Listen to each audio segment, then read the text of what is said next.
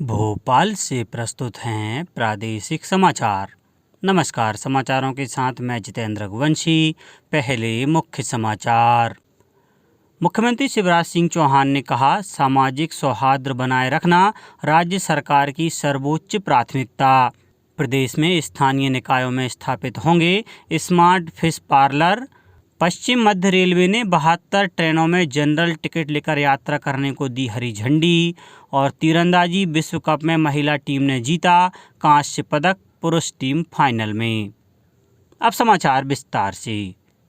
मुख्यमंत्री शिवराज सिंह चौहान ने कहा है कि सामाजिक सौहार्द बनाए रखना राज्य सरकार की सर्वोच्च प्राथमिकता है। सामाजिक ताने बाने से छेड़छाड़ करने वालों, समुदायों में दूरियां पैदा करने वालों और अशांति फैलाने वालों पर नज़र रखी जाए।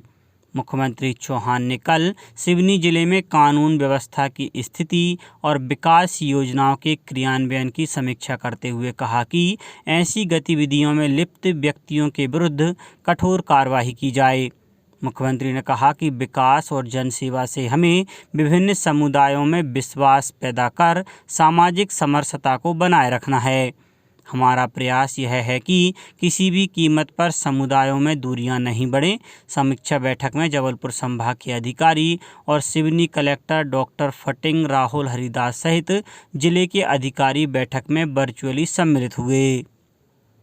नगरीय निकाय एवं त्रिस्तरीय पंचायत चुनाव की तैयारी युद्ध स्तर पर करें। सचिव राज्य निर्वाचन आयोग श्री राकेश सिंह ने यह निर्देश निर्वाचन तैयारियों की वीडियो कॉन्फ्रेंस से समीक्षा के दौरान दिए।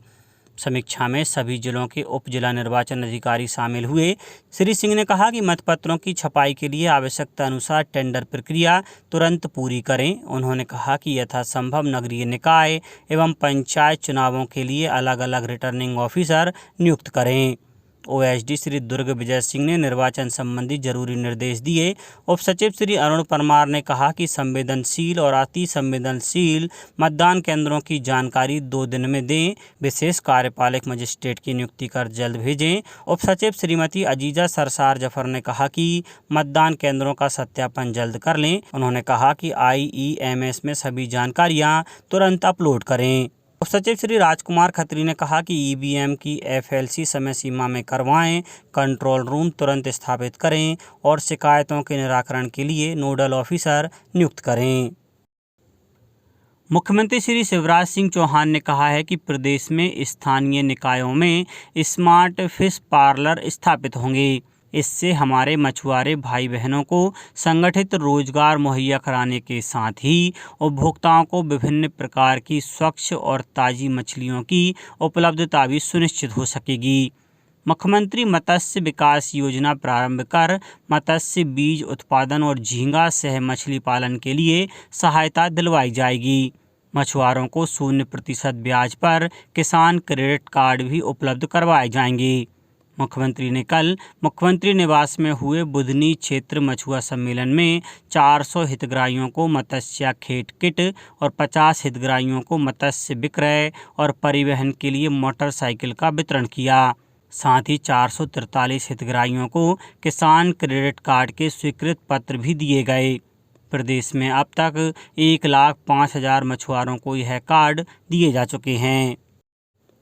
परिवहन एवं राजस्व मंत्री श्री गोविंद सिंह राजपूत ने बताया है कि 1 जुलाई 2022 तक 1 अप्रैल 2019 के बाद के सार्वजनिक वाहनों में BLTD vehicle location tracking device लगाया जाना अनिवार्य किया गया है। इसके पूर्व के वाहनों में 1 अगस्त 2022 तक यह सिस्टम लगवा सकेंगे। परिवहन मंत्री गुरुवार को मंत्रालय में योजनावार विभागीय समीक्षा कर रहे थे। प्रमुख सचिव परिवहन श्री फैज अहमद किदवई एवं परिवहन आयुक्त श्री मुकेश जैन उपस्थित थे। मंत्री श्री राजपूत ने बताया कि BSNL द्वारा RTO कार्यालय भोपाल में vehicle location tracking control and command centre की स्थापना 30 जून तक पूरी कर ली जाएगी।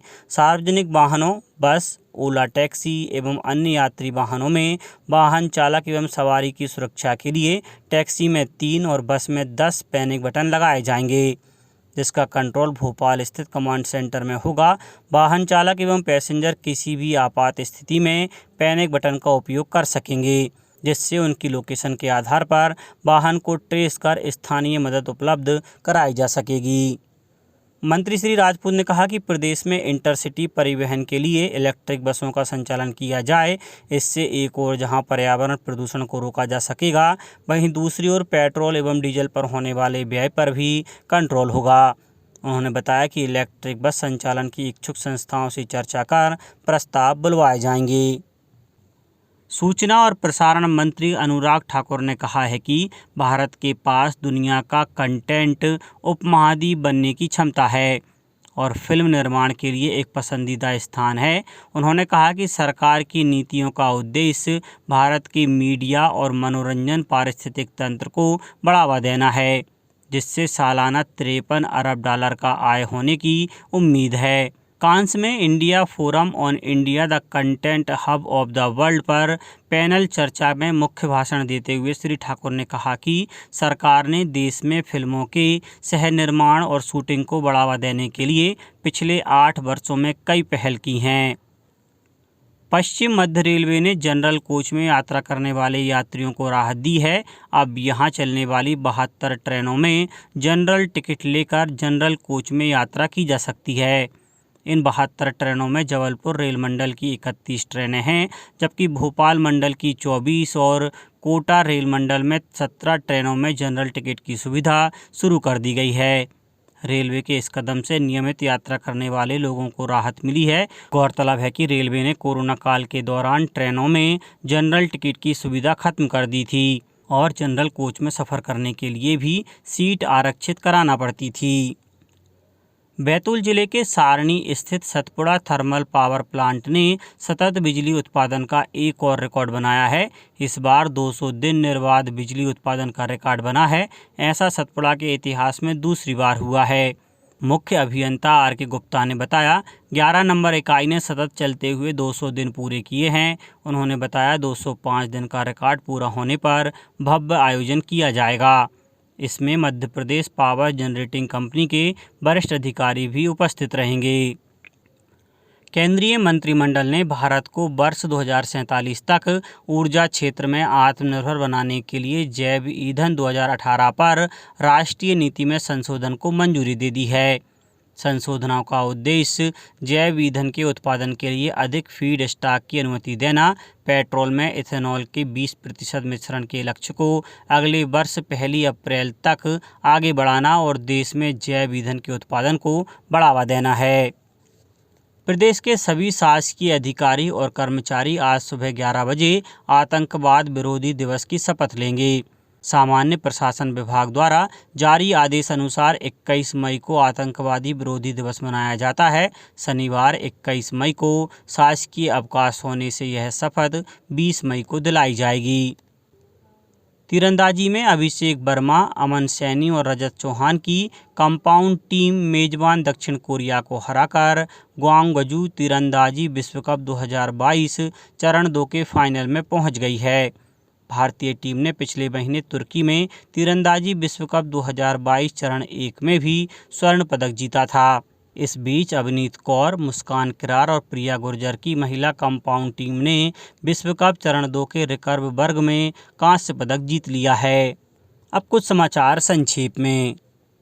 सागर जिले के गड़ाकोटा में मुख्यमंत्री कन्यादान योजना के अंतर्गत आयोजित कार्यक्रम में केंद्रीय खाद्य प्रसंस्करण राज्य मंत्री प्रहलाद पटेल ने कहा कि गड़ाकोटा का कन्यादान कार्यक्रम सामाजिक समरसता का महाकुंभ है। शिवपुरी में कल भाजपा कार्यकर्ता संवाद कार्यक्रम का आयोजन किया गया।